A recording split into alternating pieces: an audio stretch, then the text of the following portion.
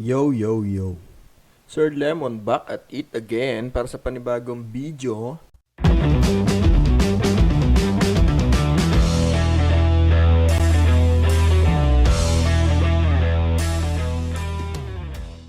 Alright.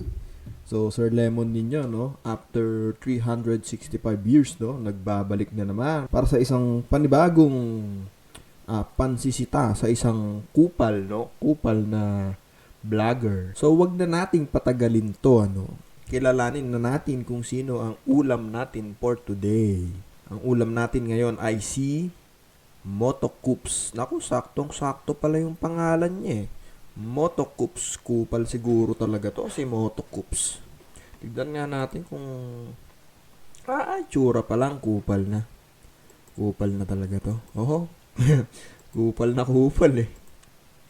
Ito yung tipo ng manggagago tapos yung panggagago niya nakakasakit ng damdamin ay. So anyways, tignan nga natin yung kakupalan nitong si Motocoops, no? Kung anong ginawa niyang kakupalan na hindi nagustuhan ni Sir Lemon. So ito. Panoorin natin tong video ni Motocoops. Sir, delivery rider po sir. Saan po kayo banda dito sir? Dito lang sir, basta may bandang kotse na puti. Bandang kotseng puti. Basta lang ako Sige po, ayun nakita ko na po. Po. Sir, ano yung abonohan natin dyan sir? Anong sapatos? So isa siyang delivery rider, no? Hindi nabanggit kung anong klase, no? Kung anong company. Pero wag na nating alamin yun. Hindi yun mahalaga. Panoorin natin kung ano yung kakupalan. Sir. Ano lang to, Jordan. Ha? Bali, second to, tapos original naman to. Punuan nito ng 1.7. Bali, pinapacheck pala sa akin ni, ano yan sir, buyer. Hindi, may transaction. Ayan. So, okay naman. Legitimate naman yung ganun, ano. Pwede namang i-check talaga at for safety din ni rider, no. I-check niya yung item, ganyan. So, lalo na kung paabono, ano. Mahirap na. Maraming mga scammers, ano, mga scammers. So, tuloy natin. Ito na kami nito may picture na kami nito Hindi, pinapacheck sa akin sabi check ko daw muna. Hindi, di-deliver mo na nga lang Tinawagan ko kanina, sabi sa akin, tignan ko muna yung item, pa-double check daw sa akin. Sige, tignan. So, ayun, ano. Nagpupumilit siya na i-check, ano, sabi daw ni buyer, i-check daw yung item bago niya kunin. So, okay lang yun, walang problema doon, walang problema. Pero itong si seller, ito, obvious naman, ano, na hindi na ganito ganyan, hindi na ganito ganyan. Nag-usap na kami. So, pinapakita ka agad na parang ayaw niyang ipa-check, no. So, doon pa lang sa umpisa, no, ito parang, ano na to, ano bang tawag dito? Yung drama. Basta skit na alam ko yung parang ginagawa pagka high school ka, yung may project kayo, ganyan, magawa kayo ng drama-dramahan. Tuloy natin. Jordan to sir na? Jordan. Grabe tape na ito sir So, yon. Unang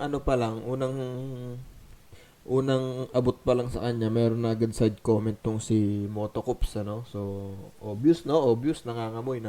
Tatanggalin mo ba? Opo, bakit sir? Hindi ka. Diba? Tatanggalin mo ba? Sabi niya, opo, bakit sir? Parang off yung usapan nila. Alam niyo yun, parang pinipilit nilang mag-acting na ginagawa nilang makatotohanan, no? Parang mali, no? May mali sa linya niya na, tatanggalin mo ba? Oo, bakit sir? Di ba, bakit itatanong mong bakit, di ba? Dapat ang sagot mo, oo sir, para makita. Kasi nag-usap na kasi kami, pinicturean ko na yan, tapos sabi ko, babalot ko na yan, para nakasil na, para pagdating yan, di madadamage. Hindi, pinapacheck sa Di ba? Tapos sabi, babalutin, hindi daw madadamage, isisil. Putang ina, tignan nyo naman yung box, mga ka-lemonade. Bulok-bulok yung box. So, halatang nagpapatawa lang tong mga to akin sir Hindi kasi ganyan yung usapan na namin Pero pwede natin buksan to sir? Sige. Ayun, ganun sanang sasabihin niya. Buksan si silipin. Hindi yung tatanungin niya na, bakit? Diba? Seller yan, tapos tatanungin mo yung seller, bakit ayaw pumayag na buksan yung parcel, di ba? Gago ka ba?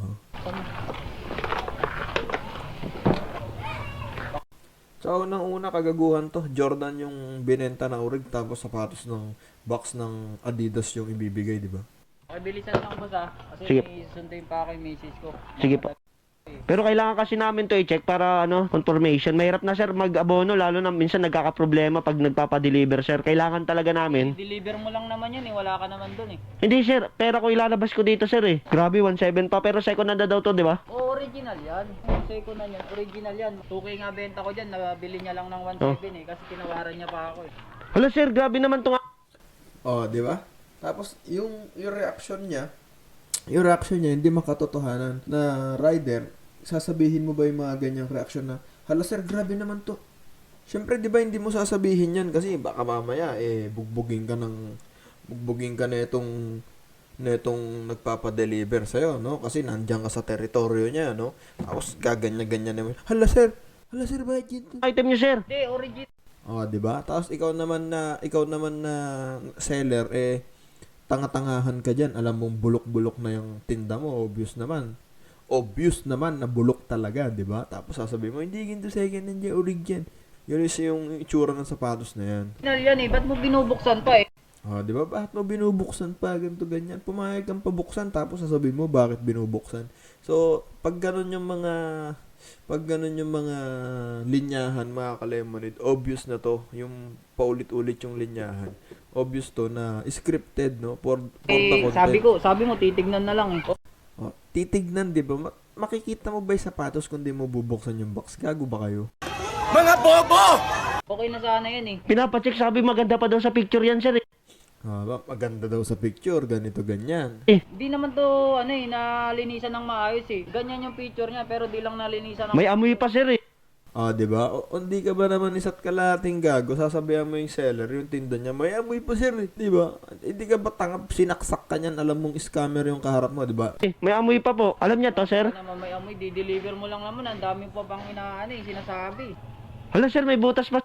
Oh, see? Di ba?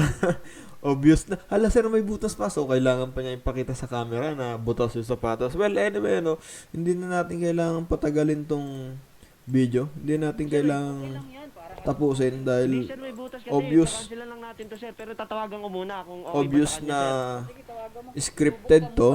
And, ang tawag dito, gawa-gawa lang to, no? For the content lang to. So, masasabi ko lang, Moto Coops, next time, galingan pa ninyo. At talagang talagang fake, obvious na fake, no? Ito namang si seller, tangina, obvious walang ganyang scammer yung nagpapahuli ng buhay, di ba? Nahuli na scammer siya, tapos ayaw pa niyang tanggapin na scammer siya, no? I-cancel na lang natin, magbubuk na lang ako ng iba. Ganun dapat, hindi yung ganyan, ano? Parang naggagagawan lang sila na sarili lang nila yung niloloko nila sa ginagawa nila ng mga ganyang content, no? Pangit to, bulok, tae content to. Well, may ganyan ba seller? Babatuhin mo yung babatuhin mo yung rider. Scripted ang puta. So, yun lang mga ka-lemonade, do. Isang kakapalan na naman ng isang motovlogger, ano. Huwag nating supportahan yung ganito. OA. Lamang mga ka-lemonade, no? Wala nang masabi ang baduy. OA to, OA scripted. Sir Lemon out. Bye.